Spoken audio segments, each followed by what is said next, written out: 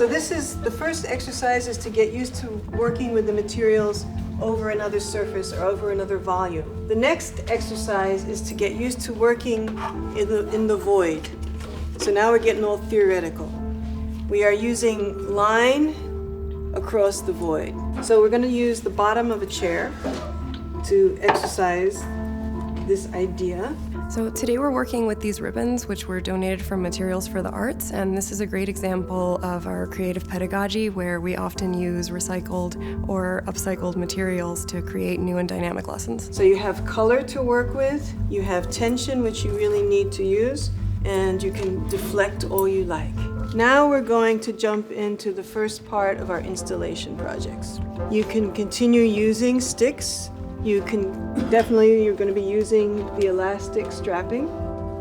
But now we're going to respond to the body. So our visitors are going to be our subjects. Today we have a group of design students visiting from Kingston University of London, and they reached out to us and asked not only to tour the program, but actually to be fully immersed in our 7 classes during the entire day. We're going to divide into teams and we're going to relate to the body.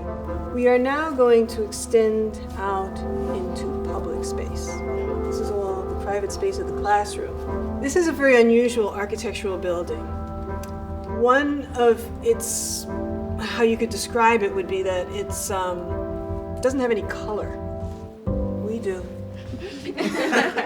What we're going to do is we are going to create site-specific installations in public space. They can't impede people's passage. We can't stop people from going through the building. So it's kind of like guerrilla art performance installation in public space. We also are going to be attentive to things like fire ordinances, so you really don't want to block people on a stairway if there could be potential disaster involved in this. What they're doing is looking at spatial theory in a really accessible way. It's a great idea, actually, to use these amazing coloured fragments of material as a way of discussing quite complex notions, actually. So it makes it very accessible, makes it really good fun, and everyone's a bit embarrassed, but not in a massive way. So they're learning without realising they're learning, which is very clever.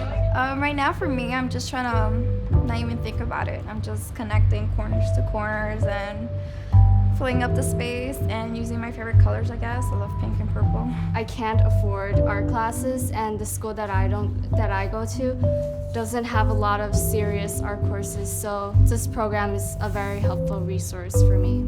I learned a lot and I used a lot of the techniques. I was reintroduced to mediums that I never would have thought of before.